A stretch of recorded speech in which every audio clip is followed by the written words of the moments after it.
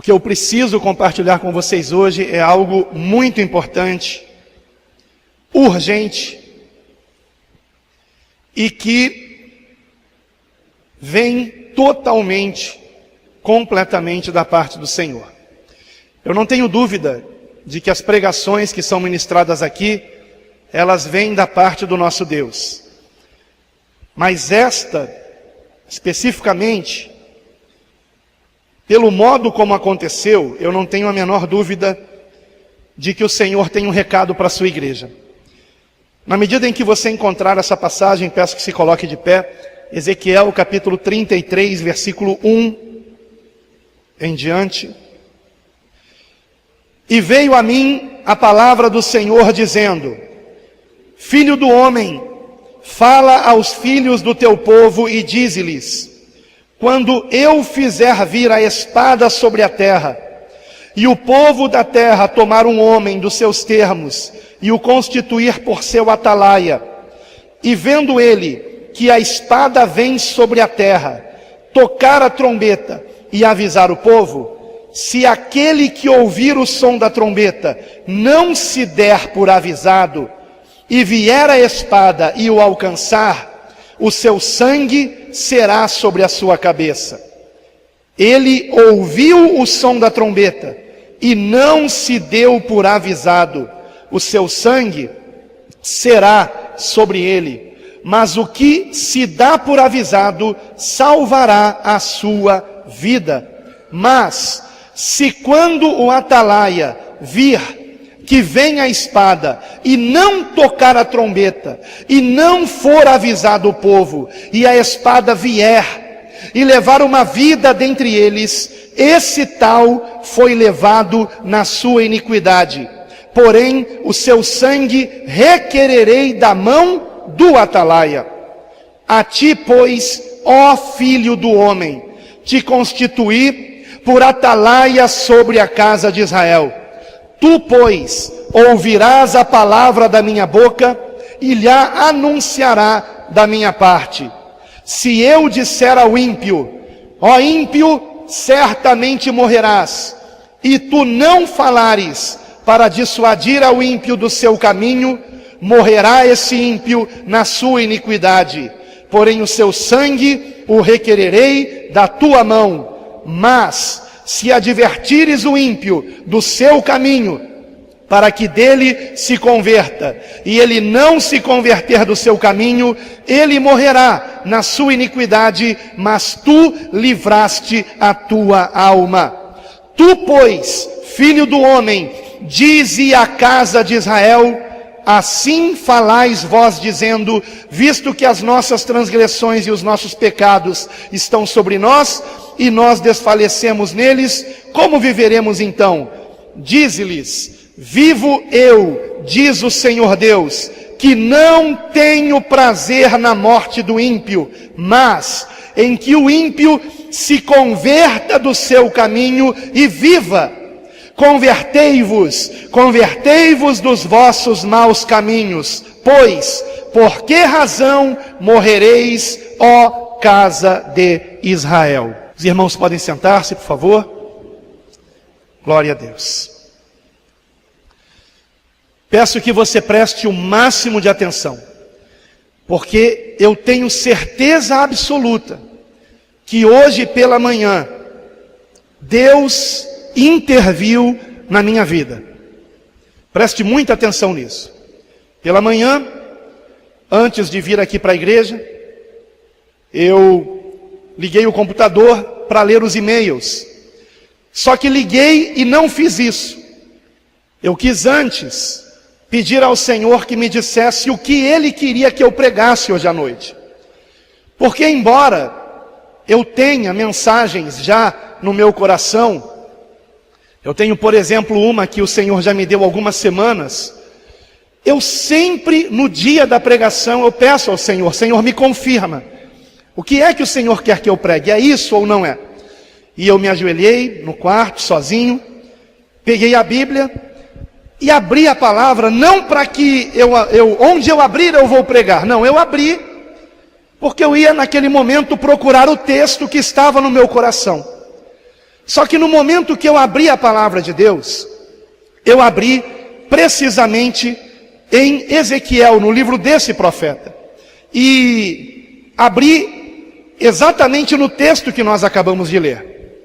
E quando eu li esse texto, eu entendi o seguinte: bom, o Senhor quer me usar essa noite como seu atalaia, e Ele quer que eu não me intimide perante nenhum irmão ou irmã que esteja passando por qualquer tipo de problema pecaminoso que seja. Então eu imagino que o Senhor queira que eu pregue algo nesse sentido. Só que eu não fiquei nesse capítulo. O Espírito Santo de Deus foi me levando a ler Ezequiel, e eu fui lendo, e quando eu percebi, eu já estava no capítulo 39 de Ezequiel. E quando eu cheguei nesse capítulo 39, inclusive eu tenho aqui várias passagens marcadas que eu estava com marcador de texto, eu pedi ao Senhor: Senhor, me dê o discernimento disso, me dê o entendimento disso, porque são tantas verdades importantes reveladas nesses capítulos, e que são para os nossos dias, e existem tantas vertentes interpretativas. Muito bem, orei nesse sentido, e depois disso, eu não tinha ainda recebido a confirmação daquela mensagem que eu queria pregar. Então eu orei e falei: Senhor, que ao longo do dia o Senhor faça arder no meu coração o que o Senhor quer que eu pregue. Terminei de orar e fui para o computador para ver os e-mails. E quando eu abro a caixa de e-mails, eu sempre começo pelo e-mail mais antigo. Só que quando eu abri a caixa de e-mail, ao invés de fazer isso, foi automático. Eu cliquei no primeiro e-mail que estava lá em cima. E o primeiro e-mail que estava lá em cima é o que eu vou ler para vocês hoje aqui. Porque, irmãos, é algo impressionante. Quais as chances disso ser uma coincidência? Acredite você ou não, esse e-mail é a interpretação dos capítulos de Ezequiel que eu tinha pedido que o Senhor me revelasse. E talvez alguém diga assim: pastor, cuidado, o diabo também ouve a oração. E ele, sabendo a sua oração, ele usou alguém em algum lugar para mandar esse e-mail. Bom, em primeiro lugar, o e-mail é grande, são aqui 13 páginas, eu vou ler. A pregação vai ser a leitura do e-mail. Você vai entender por quê. E não teria como alguém escrever tudo isso num tão curto espaço de tempo. E mais outra coisa. O e-mail, ele tinha sido enviado há 2 horas. E a minha oração e leitura da Bíblia não passou de 1 hora. Então o e-mail foi enviado antes que eu começasse a orar. Estão entendendo? Antes que eu orasse, Deus tocou em alguém para enviar esse e-mail. O e-mail, quando eu olhei, ele tinha sido enviado há 2 horas atrás do horário que eu estava abrindo o e-mail. Foi hoje mesmo de manhã que o e-mail foi enviado. Porém, 2 horas antes de eu concluir a minha oração, que tinha durado no máximo uns 40, 45 minutos, juntando com a leitura dos capítulos que eu li de Ezequiel. Então não chegou nem a 1 hora o tempo que eu estive examinando a palavra e orando. Não chegou a 1 hora. E o e-mail tinha sido enviado no mínimo 1 hora antes de eu mesmo abrir a Bíblia. E então eu entendi por que Deus não permitiu eu primeiro ver os e-mails. Eu liguei o computador, esqueci ele ligado, e antes de ver os e-mails eu quis orar em relação à pregação de hoje, porque eu já queria ter tranquilidade ao longo do dia, sabendo o que eu iria trazer hoje à noite como mensagem aqui. Então, eu não tenho dúvida, irmãos, eu até ia conferir quantos capítulos tem a Bíblia? Milhares de capítulos tem a Bíblia. Quantos capítulos tem a Bíblia? Milhares de capítulos. Quais as chances de eu receber um e-mail respondendo às indagações que eu fiz a Deus a respeito dos capítulos que eu tinha aberto naquela manhã, sem que eu tivesse premeditado ler esses capítulos? Quais as chances disso acontecer? É evidente que isso é sobrenatural. Sobrenatural, irmãos. Então eu peço que você preste muita atenção, porque o que eu vou ler aqui é um alerta de um atalaia, de alguém a quem Deus está usando para alertar a sua igreja de algo iminente, que vai mudar as nossas vidas em breve, irmãos. Em breve, a cada dia, nós nos aproximamos mais disto. E eu peço que você preste muita atenção. A pessoa que escreveu isso não assinou o seu nome, assinou como Atalaia. O e-mail é Atalaia. Eu não sei quem é. Não sei quem é. Minha esposa até falou, um anjo.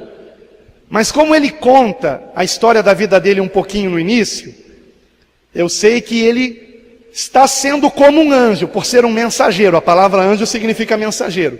Mas com certeza é um ser humano. Mas alguém usado por Deus. Escute com atenção. Eu vou tentar nem parar para comentar nada, para não alongar muito aqui. Mas eu quero que você escute com atenção, porque se eu não lesse isso aqui hoje, irmãos, eu estaria pecando. Porque é evidente que Deus usou esta pessoa para falar, não apenas comigo, para falar com você. E para que isto que ele escreveu esteja alcançando outras pessoas, se Deus permitir que essa mensagem vá para a internet. Então escute. Ele começa contando um pouco da sua história. Diz assim o texto: quando eu conheci a Jesus, há 30 anos atrás, eu estava na faculdade. Havia muita gente jovem ao meu redor, sem rumo, sem propósito, e Deus me ensinou uma frase, que hoje seria dito uma hashtag: Deus é 10. 30 anos atrás. Quantos já viram essa frase? Deus é 10, né? Assim, eu deveria ensinar às pessoas que havia um Deus que entendia os jovens, que era legal, que era 10. Só que eu fiquei com vergonha e não disse nada. Ele guardou aquilo para ele. 10 anos depois, um padre surfista converteu centenas de jovens com a frase: Deus é 10. Senti que Deus queria que eu fosse evangelizar as pessoas no Japão, em outra ocasião. Achei boa a ideia, mas pensei, deixe-me primeiro terminar a faculdade e depois eu irei. Até terminar a faculdade já tinha esquecido do convite e acabei não indo para o Japão. Daí, Deus chamou outro jovem que foi para lá, sem faculdade mesmo, e converteu mais de 21.000 almas no Japão. Algum tempo depois, Deus me pediu que eu reformasse uma igreja bem pequenina, que estava muito degradada, caindo aos pedaços. Eu aceitei a tarefa, mas pensei que meu emprego não pagava bem, e assim que eu arrumasse um emprego melhor eu iria, com certeza, agradecer a Deus com a reforma daquela igreja. Veio então uma outra pessoa e consertou tudo, e fez uma ampliação tão grande, que a igrejinha anterior virou uma capela da igreja nova. Posteriormente, um amigo que tem uma editora me pediu que escrevesse um livro sobre a influência maligna do rock nas pessoas. Eu escrevi o livro, entreguei ao amigo, que não publicou o texto. Anos depois, vi um pastor americano ensinar as mesmas coisas que eu disse no livro. Também me encomendaram um livro sobre o amor de Deus. Escrevi então uma palestra de 80 páginas, que a pessoa que encomendou também não gostou e não foi publicada. Ano passado, eu vi um curso no YouTube que dizia as mesmas coisas que eu tinha escrito no livro, que não quiseram publicar. A lista de historinhas assim na minha vida é enorme. E a lição é apenas uma, que está em Lucas 19:40. Jesus lhes disse: digo-vos que, se estes se calarem, as próprias pedras clamarão. A moral da história é clara: não somos especiais. Se Deus nos pede alguma coisa, não é porque somos melhores que os outros ou mais capazes. Deus capacita os ineptos. Se Ele nos pede algo, não vai ficar esperando anos, séculos, até que nós tenhamos tempo para atender a sua vontade. Ele quer a obra, e até as pedras podem atendê-lo. Ou seja, se a gente mexe ou se esconde, o mundo continua a girar. A vida segue. Conosco ou sem a gente, o planeta Terra não pausa, esperando a gente fazer a nossa parte. Se eu me calar, as pedras falarão, a mensagem será dita. Então, tem alguma coisa que eu preciso fazer. Em 1997, me pediram para ensinar escatologia. Eu ministrei um curso de 4 meses sobre o Apocalipse. Só Apocalipse. E as coisas que eu disse naquela época, 1997, estão acontecendo aos rodos agora. 20 anos atrás eu dizia, pode ser isso, mas também pode ser aquilo. E agora, uma daquelas duas alternativas estão acontecendo. Então, meia hora atrás, Deus me pediu para escrever esse texto e mandar para o Senhor. E é para você reencaminhar para a sua lista também. E pelo menos hoje eu não vou esperar para obedecer. Deus me diz que já temos bastante o Apocalipse. Tivemos uma overdose, por exemplo, de Apocalipse 12 no ano passado. Hoje vamos ler Ezequiel. Vou usar a Bíblia online para copiar e colar os textos. Isso não é tremendo, irmãos? Ezequiel 37. Aí ele colou o texto, se você puder acompanhe comigo, Ezequiel 37, a partir do versículo 1, acompanhe comigo, mesmo sentados, Ezequiel 37, versículo 1 em diante, nós vamos ler e em seguida virá a explicação, que é muito importante para os nossos dias, cumprimento profético para hoje. Ezequiel 37, veio sobre mim a mão do Senhor, e Ele me fez sair no Espírito do Senhor, e me pôs no meio de um vale que estava cheio de ossos, e me fez passar em volta deles, e eis que eram muito numerosos sobre a face do vale, e eis que estavam sequíssimos, e me disse, filho do homem, porventura viverão esses ossos? E eu disse, Senhor Deus, tu sabes. Então me disse, profetiza sobre estes ossos e dize-lhes, ossos secos, ouvi a palavra do Senhor. Assim diz o Senhor Deus a estes ossos, eis que farei entrar em vós o Espírito e vivereis. E porei nervos sobre vós, e farei crescer carne sobre vós, e sobre vós estenderei pele, e porei em vós o Espírito e vivereis, e sabereis que eu sou o Senhor. Então profetizei como se me deu ordem. E houve um ruído enquanto eu profetizava, e eis que se fez um rebuliço, e os ossos se achegaram, cada osso ao seu osso. E olhei, e eis que vieram nervos sobre eles, e cresceu a carne, e estendeu-se a pele sobre eles por cima, mas não havia neles espírito. E ele me disse, profetiza ao Espírito, profetiza ao Filho do Homem, e dize ao Espírito, assim diz o Senhor Deus, vem dos 4 ventos, ó Espírito, e assopra sobre estes mortos, para que vivam. E profetizei como ele me deu ordem. Então o Espírito entrou neles, e viveram, e se puseram em pé, um exército grande e em extremo.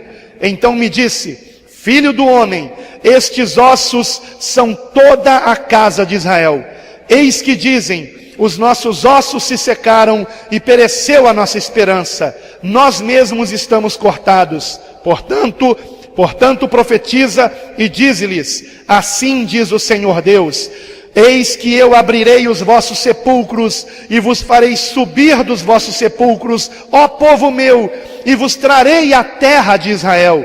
E sabereis que eu sou o Senhor, quando eu abrir os vossos sepulcros e vos fazer subir dos vossos sepulcros, ó povo meu. E porei em vós o meu espírito, e vivereis, e vos porei na vossa terra, e sabereis que eu, o Senhor, disse isto, e o fiz, diz o Senhor. E outra vez veio a minha palavra do Senhor, dizendo: tu, pois, ó filho do homem, toma um pedaço de madeira e escreve nele, por Judá e pelos filhos de Israel, seus companheiros. E tomou outro pedaço de madeira e escreve nele, por José e vara de Efraim, e por toda a casa de Israel, seus companheiros. E ajuntou um ao outro, para que se unam e se tornem uma só vara na tua mão.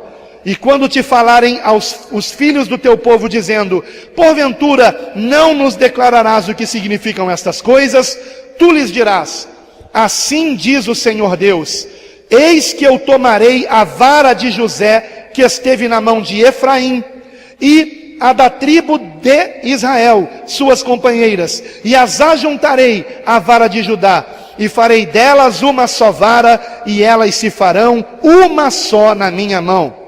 E as varas sobre que houveres escrito estarão na tua mão perante os olhos deles. Dize-lhes, pois: assim diz o Senhor Deus: eis que eu tornarei os filhos de Israel dentre os gentios, para onde eles foram, e os congregarei de todas as partes, e os levarei à sua terra.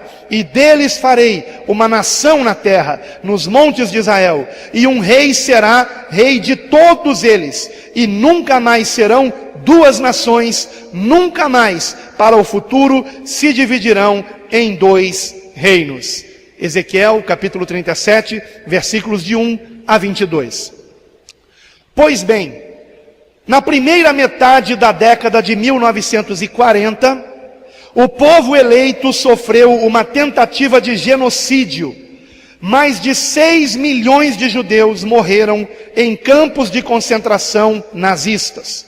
As pessoas dizem: e daí? 12 milhões de russos morreram na mesma guerra. Verdade, mas existiam apenas 13 milhões de judeus ao redor do planeta naquela época. Portanto, os campos de concentração mataram quase a metade dos judeus do mundo inteiro. Vocês sabem que isso ocorreu na época da Segunda Guerra Mundial. Em 1947, a ONU devolveu aos judeus um pedaço de terra mais ou menos semelhante ao que Deus tinha dado a eles 3.000 anos atrás. Era uma faixa menor de terra, mas era quase tudo o que já tinha sido deles. E os judeus vieram de todo o mundo e vieram habitar a terra prometida. Detalhe: aqueles judeus que tinham escapado dos campos de concentração eram pessoas desnutridas, pele e osso muito semelhante aos ossos secos de Ezequiel 37. Quero dar uma pausa aqui só para lembrar que a resolução da ONU foi em 47, mas o retorno dos judeus se deu a partir de 48, né? Após maio de 1948. Portanto, há quase 70 anos atrás. Nós estamos em fevereiro, faltam 2 meses. Pele e osso, né? Como diz aqui, muito semelhante aos ossos secos de Ezequiel 37. Prosseguindo. Assim, os ossos que voltaram à vida não se referem apenas ao Estado de Israel, mas ao povo propriamente dito, que estava jurado de morte, esperando sua vez de entrar nas câmaras de gás, e que miraculosamente pôde voltar para a terra que Deus jurou dar a seus pais. E não é só isso. O povo eleito voltou para um deserto, irrigaram o deserto, cultivaram a terra, e ela deu fruto. Israel é o único país do Oriente Médio autossuficiente em água, porque conseguem dessalinizar a água do mar, transformando-a em água potável. E hoje ajuda os países africanos a diminuir o tamanho dos seus desertos. Israel produz, gera alimentos, gera riquezas, gera tecnologia, como por exemplo, o programa do seu telefone celular que responde às suas perguntas. Hoje em dia, se sabe que há muito petróleo e gás natural em Israel. Enfim, era também a terra morta, que recebeu músculos, veias, carne e sangue e espírito e voltou à vida. Continuemos no texto bíblico, Ezequiel 38 agora. Veio a mim a palavra do Senhor dizendo, a partir do versículo 1, Filho do homem, dirige o teu rosto contra Gog, terra de Magog, príncipe e chefe de Meseque e Tubal, e profetiza contra ele, e dize, assim diz o Senhor Deus, eis que eu sou contra ti, ó Gog, príncipe e chefe de Meseque e de Tubal, e te farei voltar, e porei anzóis nos teus queixos, e te levarei a ti com todo o teu exército, cavalos e cavaleiros, todos vestidos com primor, grande multidão, com escudo e rodela, manejando todos a espada. Persas, Cush e as de Fute com eles, todos com escudo e capacete. Gomer e todas as tuas tropas, a casa de Togarma, do extremo norte, e todas as tuas tropas, muitos povos contigo. Prepara-te e dispõe-te, tu e todas as multidões do teu povo, povo que se reuniram a ti, e serve-lhes tu de guarda. Depois de muitos dias serás visitado. No fim dos anos, virás à terra que se recuperou da espada, em que foi congregada dentre muitos povos, junto aos montes de Israel, que sempre se faziam desertos. Mas aquela terra foi tirada dentre as nações, e todas elas habitarão seguramente. Então subirás, virás como uma tempestade, far-te-ás como uma nuvem para cobrir a terra, tu e todas as tuas tropas e muitos povos contigo. Versículo 10, caso você tenha se perdido. Assim diz o Senhor Deus, e acontecerá naquele dia que subirão palavras no teu coração e maquinarás um mau desígnio. E dirás, subirei contra a terra das aldeias não muradas, virei contra os que estão em repouso, que habitam seguros. Todos eles habitam sem muro e não têm ferrolhos nem portas, a fim de tomar o despojo e para arrebatar a presa, melhor dizendo, e tomar a tua mão contra as terras desertas que agora se acham habitadas, e contra o povo que se congregou dentre as nações, o qual adquiriu gado e bens e habita no meio da terra. Sebá e Dedã, e os mercadores de Tarsis, e todos os seus leõezinhos te dirão, vens tu para tomar o despojo? Ajuntaste a tua multidão para arrebatar a tua presa? Para levar a prata e o ouro? Para tomar o gado e os bens? Para saquear o grande despojo? Portanto, profetiza, ó filho do homem, e dize a Gog, assim diz o Senhor Deus, porventura não a saberás naquele dia, quando o meu povo Israel habitar em segurança? Virás, pois, do teu lugar, do extremo norte, tu e muitos povos contigo, montados todos a cavalo, grande ajuntamento e exército poderoso, e subirás contra o meu povo Israel, como uma nuvem para cobrir a terra. Nos últimos dias sucederá que hei de trazer-te contra a minha terra, para que os gentios me conheçam a mim, quando eu me houver santificado em ti, ó Gog, diante dos seus olhos. Versículo 17. Assim diz o Senhor Deus, não és tu aquele de quem eu disse nos dias antigos, por intermédio dos meus servos, os profetas de Israel, os quais naqueles dias profetizaram largos anos, que te trariam contra eles?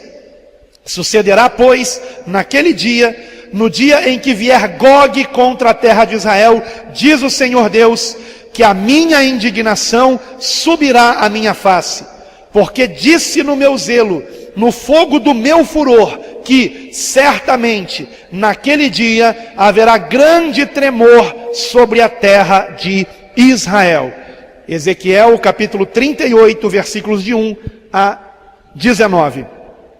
Prosseguindo agora na leitura do e-mail. Este texto que acabamos de ler agora, fala de uma liga de nações que se une contra Israel e busca invadir a Terra Santa para tomar despojos para si. Veja o contexto da profecia. Isso está escrito depois que o povo de Israel volta para casa, o que se deu em 1948. Que progride, que Israel enriquece, depois que os ossos secos voltam a ter vida. Ou seja, é agora. Mas quem são esses países descritos na profecia? Ezequiel menciona os nomes que eles tinham na época dele. Hoje em dia, essas nações têm outros nomes. Uma pesquisa cuidadosa nos mapas antigos revela que Meseque e Tubal eram regiões onde hoje está o sul da Rússia. Sabá e Dadã estavam onde hoje é a Arábia Saudita. Moabe ficava onde hoje é a Jordânia. Tarsis é a parte da Europa que eles conheciam como a Grécia. Os leões de Tarsis não se referem a um país específico, mas os estudiosos definem que se trata daqueles que saíram de Tarsis, ou seja, o novo mundo, a América. A Pérsia hoje em dia é o Irã. Cush e Fut hoje se chamam Sudão e Líbia. Gomer e Bet Togarma são parte da Turquia hoje em dia. Então, para que nós possamos entender essa passagem, teríamos que ler assim. Preste bem atenção. Há uma paráfrase no texto aqui, trocando os nomes daquela época para os nomes de hoje em dia. Preste muita atenção. Quem acompanha os noticiários mundiais ficará espantado. Preste muita atenção. Veio a minha palavra do Senhor dizendo: filho do homem, dirige o teu rosto contra Gog, terra de Magog, príncipe e chefe da Rússia, e profetiza contra ele. E dize: assim diz o Senhor Deus, eis que eu sou contra ti, ó Gog, príncipe e chefe da Rússia. E te farei voltar, e porei anzóis nos teus queixos, e te levarei a ti, com todo o teu exército, cavalos e cavaleiros, todos vestidos com primor, grande multidão, com escudo e rodela, manejando todos a espada. Iranianos, sudaneses e os da Líbia com eles, todos com escudo e capacete. Turquia e todas as suas tropas, a casa da Turquia, do extremo norte, e todas as tuas tropas, muitos povos contigo.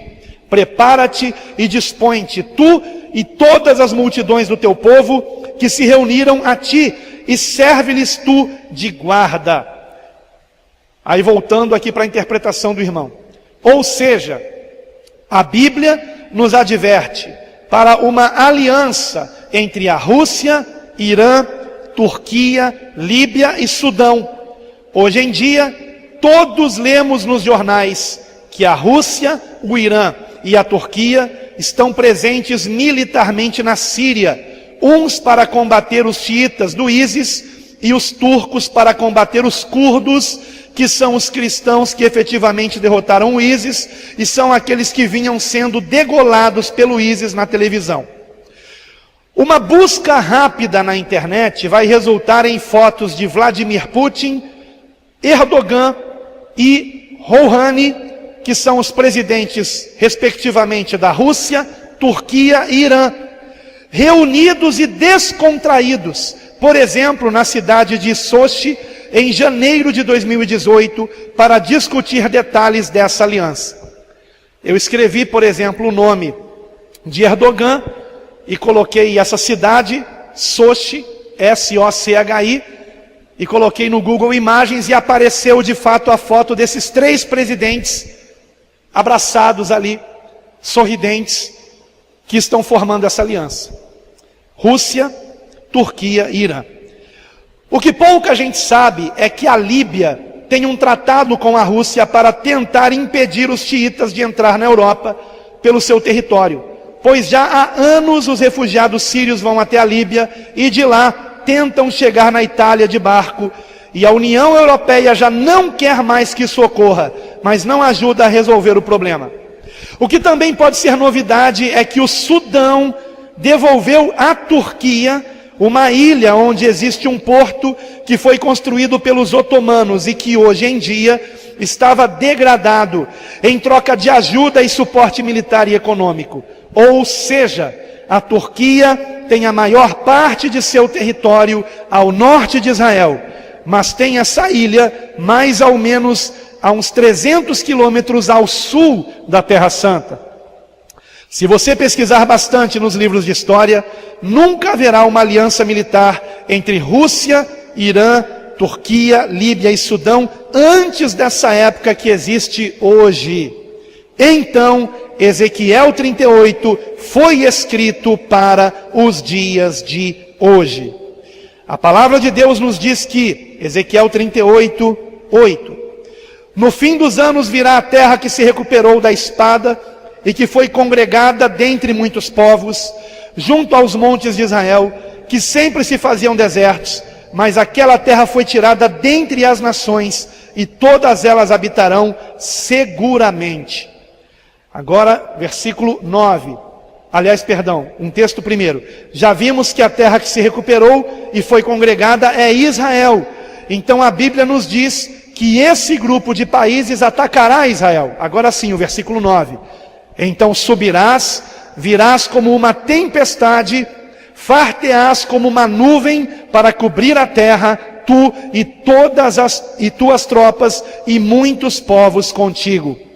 Ezequiel 38, 9.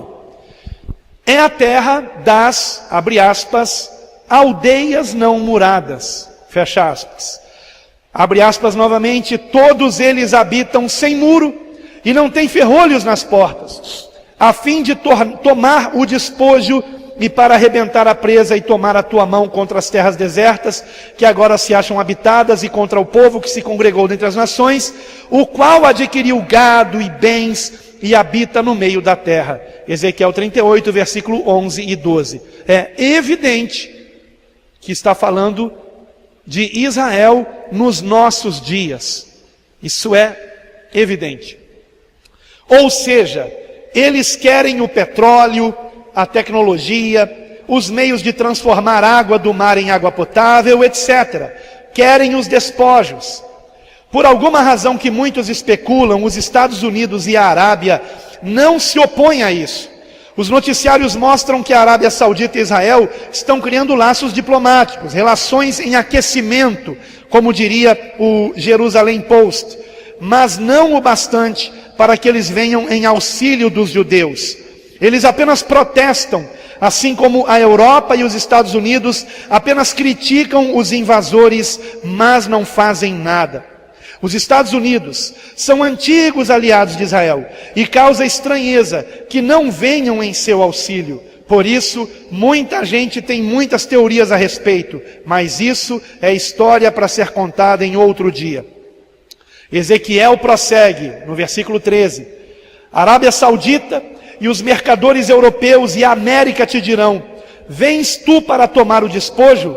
Ajuntaste a tua multidão para arrebatar a tua presa? Para levar a prata e o ouro? Para tomar o gado e os bens? Para saquear o grande despojo? Ou seja, eles criticam, mas não fazem nada. Nestes últimos dias, a Turquia invadiu a Síria, perseguindo os curdos. Isso foi recentemente. O Irã enviou um drone para espionar Israel, o qual foi destruído. Talvez você tenha visto isso nos noticiários. E como represália, Israel invadiu o espaço aéreo sírio e destruiu todo o centro de comando daquele drone. E já avisou que não vai tolerar o entrincheiramento iraniano na Síria. Ele não comentou aqui, eu acho que não, que eu me lembre, mas também há coisa de 3 dias atrás, acho que não mais do que isso, um avião israelense foi abatido em território sírio. Então, o conflito está se formando. O caldeirão está para transbordar. O Irã aproveita a sua posição na Síria e manda para o Hezbollah, no Líbano, meios de transformar seus mísseis normais em mísseis inteligentes, que teoricamente não erram um alvo. Esses mísseis, se forem convertidos, transformados, serão usados contra os judeus. Já os palestinos pressionam a comunidade internacional para fazer uma partilha da Terra Santa com supervisão internacional. E no dia 12 de fevereiro de 2018, pressiona a Índia, parceira econômica de Israel, a ajudar na divisão da Terra Santa, que, lemos há pouco, Deus disse que seria indivisível. Daí ele interpreta dessa maneira o versículo 19 de Ezequiel 37. Ele não comentou aqui, mas o Papa Francisco teve um encontro de portas fechadas com Recep Tayyip Erdogan, presidente da Turquia. E eu não confirmei essa informação, mas me disseram que o Papa Francisco deu a ele uma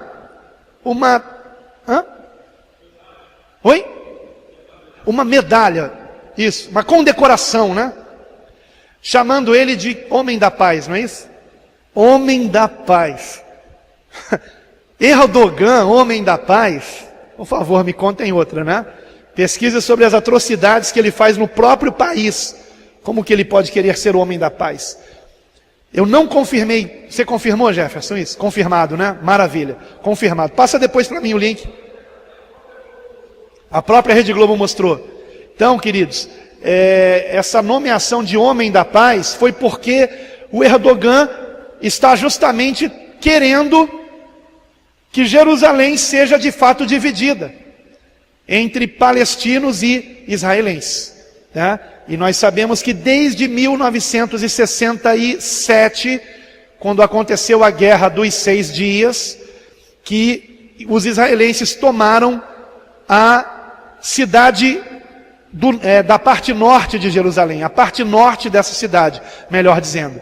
E desde então, os israelenses têm a posse de toda Jerusalém, só que só os Estados Unidos reconheceu agora recentemente, publicamente, Jerusalém como a capital de Israel, e está dando um grande problema político com as nações islâmicas.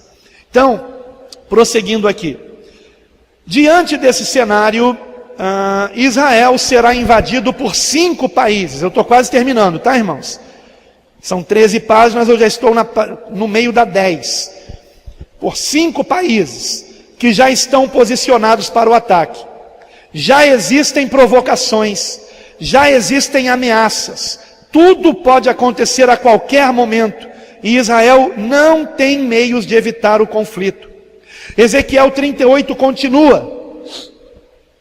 E em seu verso 14 diz: portanto profetiza ao filho do homem e dize a Gog, assim diz o Senhor Deus, porventura não o saberás naquele dia, quando o meu povo Israel habitar em segurança? Virás, pois, do teu lugar, do extremo norte, tu e muitos povos contigo, montados todos a cavalo, grande ajuntamento e exército poderoso, e subirás contra o meu povo Israel como uma nuvem para cobrir a terra. E aí, do versículo 18 em diante, sucederá, porém, naquele dia, no dia em que vier Gog contra a terra de Israel, diz o Senhor Deus, que a minha indignação subirá à minha face. Porque disse no meu zelo, no fogo do meu furor, que certamente naquele dia haverá grande tremor sobre a terra de Israel. de tal modo que tremerão diante da minha face os peixes do mar, e as aves do céu, e os animais do campo, e todos os répteis que se arrastam sobre a terra, e todos os homens que estão sobre a face da terra, e os montes serão deitados abaixo, e os precipícios se desfarão, e todos os muros desabarão por terra. Porque chamarei contra ele a espada sobre todos os meus montes, diz o Senhor Deus, a espada de cada um se voltará contra o seu irmão. E contenderei com ele por meio da peste e do sangue, e uma chuva inundante, e grandes pedras de saraiva, fogo e enxofre farei chover sobre ele e sobre as suas tropas, e sobre os muitos povos que estiverem com ele. Assim eu me engrandecerei e me santificarei, e me darei a conhecer aos olhos de muitas nações, e saberão que eu sou o Senhor. Agora, Ezequiel 39, já estamos na página 11. Ezequiel 39, irmãos, eu me vejo na obrigação de não pular uma linha desse texto. Quantos compreendem isso, irmãos? Bem, o que aconteceu comigo hoje de manhã foi algo sobrenatural. Se o Senhor quer falar conosco através desse texto, eu quero ser obediente ao Senhor, porque eu sei que a possibilidade disso acontecer é praticamente impossível, irmãos. Impossível. Impossível. Então vamos prosseguir. Ezequiel 39, versículo 1. Tu, pois, ó filho do homem, profetiza ainda contra Gog e dize: assim diz o Senhor Deus, eis que eu sou contra ti, ó Gog, príncipe e chefe de Meseque e Tubal, e te farei voltar, mas deixarei uma sexta parte de ti, e far-te-ei subir do extremo norte, e te trarei aos montes de Israel. E com um golpe tirarei o teu arco da tua mão esquerda, e farei cair as tuas flechas da tua mão direita. Nos montes de Israel cairás, tu e todas as tuas tropas, e os povos que estão contigo, e às aves de rapina de toda espécie, e aos animais do campo te darei por comida. Sobre a face do campo cairás, porque eu o falei, diz o Senhor Deus. E enviarei um fogo sobre Magog, e entre os que habitam seguros nas ilhas, e saberão que eu sou o Senhor. E farei conhecido o meu santo nome no meio do meu povo Israel, e nunca mais deixarei profanar o meu santo nome. E os gentios saberão que eu sou o Senhor, o Santo em Israel. Eis que vem, e se cumprirá, diz o Senhor Deus, este é o dia de que tenho falado. Agora pulando para o versículo 21, no qual encerraremos. E eu porei a minha glória entre os gentios, e todos os gentios verão o meu juízo, que eu tiver executado, e a minha mão, que sobre elas tiver descarregado. Fecha aspas. Assim fica o alerta. O dia que o Senhor mostrou a Ezequiel está chegando. E está chegando rapidamente, irmãos. Louvado seja o Senhor. Não dá mais para dizer que, porque esse livro tem 2.800 anos, então nada obriga que seja cumprido agora. Porque os inimigos de Israel, os que são mencionados em Ezequiel, estão posicionados. E Israel está se preparando para a guerra. Ontem mesmo, dando uma pausa aqui, eu estava pesquisando sobre o ano 2022. Porque Deus falou ao meu coração para pesquisar sobre esse ano. Eu já tinha feito essa pesquisa no ano passado, e pretendo agora, que eu tenho meios para isso, divulgar na internet as minhas descobertas a respeito disso. E para minha surpresa, eu fiz ontem novas descobertas. Mas a que mais me impressiona foi a que eu descobri no ano passado. 2022 é a data limite para que os islâmicos exterminem os judeus da face da terra. baseados numa profecia islâmica, eles têm o ano de 2022 como a data limite para o cumprimento de uma profecia islâmica que declara que após essa data Israel não existirá mais. E o interessante foi que eu descobri ano passado essa notícia em sites israelenses.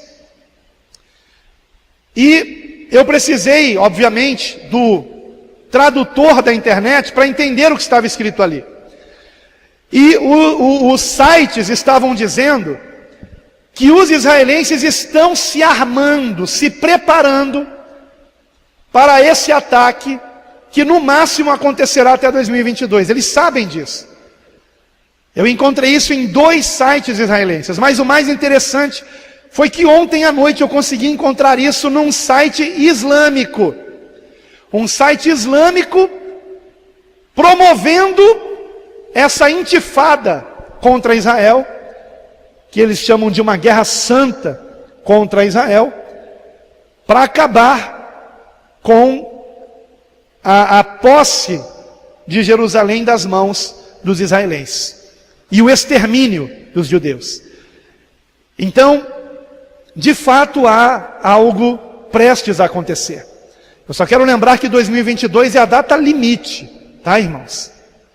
Eu não vi nenhum site ainda, aliás, nenhum vídeo ainda falando sobre isso, e nem vi nenhum site brasileiro falando sobre isso.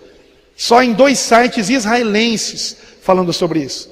E encontrei um vídeo em inglês falando sobre algo que Henry Kissinger tinha falado sobre Israel e o ano 2022. Não sei se é a mesma coisa.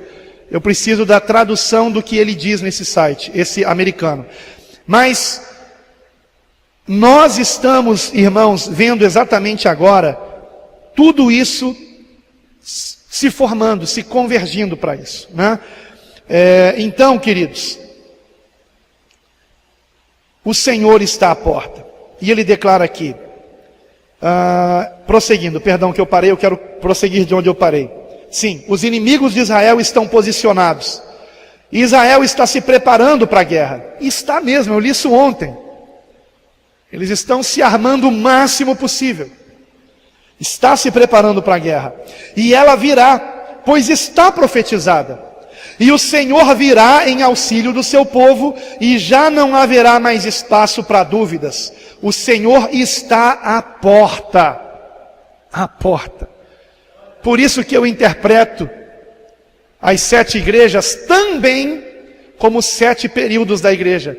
Não é por acaso que justamente na última igreja de Laodiceia, que é o último período da igreja, o Senhor não diz mais, eis que venho, eis que venho, eis que venho. Ele diz, eis que estou à porta. Ele está à porta. Se alguém ouvir a minha voz, você está ouvindo a voz do Senhor? Ou você está distraído com as coisas desse mundo? Com os instrumentos que o maligno preparou para distrair a você. E já que você não está no mundo, ele coloca o mundo dentro da tua casa. Para contaminar seu coração, perverter os seus filhos e levar toda a sua família para o inferno. Precisamos acordar, irmãos. O Senhor está à porta. E ele diz aqui, faltam dias, semanas, não meses. Eu tenho muita preocupação com datas, vocês sabem disso, não é? Esse texto diz aqui, faltam dias, semanas, não meses. Eu estou apenas lendo o que esse irmão escreveu, tá? Não sei nem o nome dele. Não sei quem ele é. Ele me conhece, mas eu não o conheço. E eu estou lendo aqui, eu não leria isso, irmãos. Muito menos pelo tamanho que é. Eu não leria, Deus sabe que eu não leria. Deus sabe. Por exemplo, há 3 dias atrás eu recebi um e-mail muito impressionante. Vou mencionar isso aqui, porque casa com isso aqui. Parece que os dois se conheciam e combinaram de mandar o e-mail na mesma época, mas eu não creio que seja isso. E esse e-mail que eu recebi há 3 dias atrás é alguém que disse que passou todo o ano passado obcecado com a pesquisa do que está por vir. E ele, não por esse caminho aqui bíblico de Ezequiel, mas pelo andar dos acontecimentos mundiais, ele garantiu que a Terceira Guerra Mundial acontecerá antes de fevereiro do ano que vem, de 2019. Ele garantiu. Mas eu não ia nem falar isso aqui hoje. Aliás, eu não ia falar para ninguém isso. Ele me passou toda a pesquisa dele. Eu vou precisar de tempo para isso, para ver, para analisar. E tempo, ultimamente, para mim tem sido escasso. Mas eu vou tentar fazer isso. Devagarinho eu vou tentar. Ele me mandou muitos links. E ele disse: pastor, unindo tudo, eu chego a essa conclusão. 2 conclusões. A Terceira Guerra Mundial vai começar. E depois que ela começar, cairá um asteroide no Oceano Atlântico. E ele não disse, mas eu concluí que o asteroide dará fim à guerra, né? Porque será um acontecimento tão catastrófico no mundo. Então, eu não leria o e-mail desse irmão de 3 dias atrás, né? Até porque ele menciona datas. Mas esse eu estou lendo, irmãos. Pelo que aconteceu hoje de manhã, você compreende isso? Eu preciso que você compreenda isso, irmãos. Então eu estou aqui dizendo que eu acredito que faltam apenas dias e semanas, não meses. Ou seja, nós estamos em fevereiro de 2018. Que tudo que está profetizado aqui em Ezequiel, que nós lemos, acontecerá antes de fevereiro de 2019. Eu não sei. Mas coincidência ou não, o e-mail de 3 dias atrás falou que não passa de fevereiro do ano que vem. É a mesma pessoa que escreveu? Eu creio que não. E-mails diferentes, estilos de escrever diferentes, né? Esse aqui, nitidamente, é um escritor. Tanto é que ele disse que tinha escrito livros, apostilas, né? Uma pessoa muito culta, tem faculdade. O outro eu já não sei. Mas ficamos pensativos, né, irmãos? Ele prossegue aqui o texto, já encerrando, estou terminando o e-mail dele, ele prossegue o texto dizendo: nós não nos conhecemos pessoalmente. Se eu conseguir seu e-mail, é por vontade de Deus. Então a mensagem é para ti. Aceite. Lembre-se de que existe uma introdução a esse texto que nós lemos hoje. É Ezequiel 33 que diz. Aí eu não vou repetir aqui porque nós lemos no início desta mensagem, propositalmente eu li no início. E aí ele prossegue então dizendo, depois que lê o texto que nós lemos no início: convertam-se e creiam no Evangelho.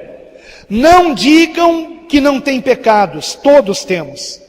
Examinem suas consciências e suas lembranças. Sempre haverá coisa que nós esquecemos de pedir perdão, alguma coisa. Se você é um líder religioso, faça uma reunião de penitência. Como, por exemplo, em Joel, somos conclamados a um santo jejum, justamente por causa deste dia, que é o dia que o Senhor disse a Ezequiel: este é o dia do qual tenho falado. É o dia do qual ele tem falado aos profetas. É o dia que foi falado a Joel também. Convertam-se. Prosseguindo aqui, encoraje o seu rebanho a pedir perdão a Deus. É o que nós faremos agora, irmãos. Esses textos não são tudo o que precisava ser dito. Há também Daniel 8 e 9, Zacarias 13, Abacuque 3, versículo 13, e principalmente Isaías 17, versículo 1, que ainda não se cumpriu, mas hoje em dia 70% da cidade de Damasco está em ruínas, coisa que nunca aconteceu na história. Se você é daqueles que acha que Damasco já foi destruída antes várias vezes em alguma guerra milênios atrás, saiba que não. Esta é a primeira vez. Uma curiosidade: Você sabia que o rolo voador de Zacarias 5, aquele que destrói cidades, tem exatamente as mesmas dimensões de um míssil nuclear ICBM, fabricado desde 1999? Então, ainda existe muita coisa a ser estudada. Não perca seu tempo em contendas, dizendo por qual motivo você acredita que eu estou errado ou porque você está certo. Não entre em estado de negação. Não caia naquela armadilha de ficar perguntando: quem é esse cara? Porque quem eu sou não importa. Você não me atinge quando me diz que eu não sou ninguém, porque eu já sei disso. Eu não sou ninguém, e ninguém é alguém perto de Deus. Vá para a cama nessa noite com a alma mais leve do que a que você tinha quando começou o dia, e faça isso novamente amanhã. Mas se você não fizer nada, nada vai acontecer. A mesma coisa que aconteceu todas as vezes que o Senhor me pediu para fazer algo e eu não fiz. Alguém vai fazer no seu lugar, e você vai ter uma missão que Deus te deu e você não cumpriu. Quanto a mim, finalmente, depois de tantos anos, eu fiz o que o Senhor mandou, sem ficar arrumando justificativa. Sempre dá tempo de melhorar alguma coisa. Shalom. Eu não tenho mais nada a acrescentar, irmãos. O que aconteceu nessa manhã, eu reconheço, foi o dedo de Deus. O Senhor interviu poderosamente. Veja a grossura dessa Bíblia. Eu poderia tê-la aberto em qualquer passagem, irmãos, mas eu abri exatamente em Ezequiel 33, que é o último texto que ele escreveu no seu e-mail, falando a respeito do atalaia, que precisa alertar o seu povo. Este homem foi um atalaia de Deus para me alertar. E aqui nesse momento eu sou o porta-voz desse atalaia, para alertar você. Por favor, leve a sério. Leve a sério. Examine o seu coração. Se você tem pessoas para procurar e pedir perdão, faça isso rápido. Se você tem que pedir perdão a alguém, faça isso o mais breve possível. Se você está na prática de certos pecados, em nome de Jesus, dobre seus joelhos, os confesse ao Senhor e se arrependa. Mas se arrependa de coração, peça perdão a Deus. Chore na presença dEle e diga: Senhor, me ajude a me consertar. Existem pecados muito sutis. O meio evangélico tem o grave erro de pensar que pecado é apenas adultério, que pecado é apenas fornicação, que pecado é apenas homossexualismo, e esquece que ganância também é pecado, que inveja também é pecado, que fofoca também é pecado, que orgulho também é pecado, soberba é pecado, vaidade é pecado.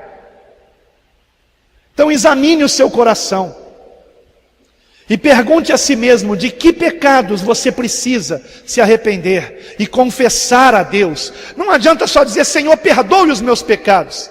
A palavra diz: confesse os teus pecados. Você tem que proferir que pecados são, irmãos. Eu já confessei a Deus pecados na minha vida que no momento que eu abri a boca para confessá-los, a minha boca travava de vergonha. De vergonha. E você precisa sentir vergonha dos teus pecados. Do contrário, não houve arrependimento, irmãos. Então você precisa dizer que pecados são. E cada um de nós, irmãos, temos uma fraqueza em particular. Não se acomode nessa fraqueza. Não venha com aquela ideia mundana de que você nasceu assim, é mesmo assim, e até o final dos seus dias será assim. Isso é mentira. Se arrependa, confesse, peça ajuda ao Senhor. e seja um instrumento nas mãos de Deus, irmãos. Se torne um instrumento nas mãos de Deus. O que Davi rogou ao Senhor no Salmo 51? Em primeiro lugar, perdão. Ele se utilizou de mais de 10 versículos no Salmo 51 para dizer a mesma coisa com palavras diferentes: me perdoe, me perdoe, me perdoe. Mas em seguida, ele clamou a Deus: me muda, me transforma. Ele estava arrependido do pecado de ter adulterado e assassinado. 2 gravíssimos pecados. Só que muito sabiamente Davi disse naquela pregação: contra ti, Senhor, contra ti somente pequei. Contra ti, os 2 pecados. Ele não disse contra Batseba, com quem ele adulterou, contra Urias, a quem ele assassinou. Não, ele disse contra ti. Não importa o seu pecado, o meu pecado. Todo pecado é uma ofensa contra Deus, contra o Senhor. Então não seja um inimigo de Deus. Não seja um inimigo de Deus. Se arrependa hoje, confesse ao Senhor e clame pelo sangue de Jesus para te purificar de todo pecado e iniquidade. O sangue de Jesus tem poder para purificar você, fazer de você uma nova criatura, para a glória de Deus. Ah, pastor, eu já me converti há tantos anos. Seja renovado hoje. O que me alegra no livro do profeta Joel é que ele fala de um renovo. Ele fala de um derramar do Espírito Santo nos últimos dias. A porta da graça não se fechou. O Espírito Santo ainda está sendo derramado. Eu não sei por quanto tempo. Dias, meses, talvez anos, mas eu não diria décadas, irmãos. Eu não diria. Aconteça o que acontecer, escute com atenção. Nós seremos provados na nossa fé. Aconteça o que acontecer. Vocês se lembram do dia 11 de setembro de 2001? Quem lembra desse dia em que as torres gêmeas do World Trade Center foi atingida por aqueles aviões? Vocês se lembram, não lembram? Quantos aqui se lembram do que estavam fazendo naquele dia? Quantos aqui se lembram? Eu me lembro perfeitamente.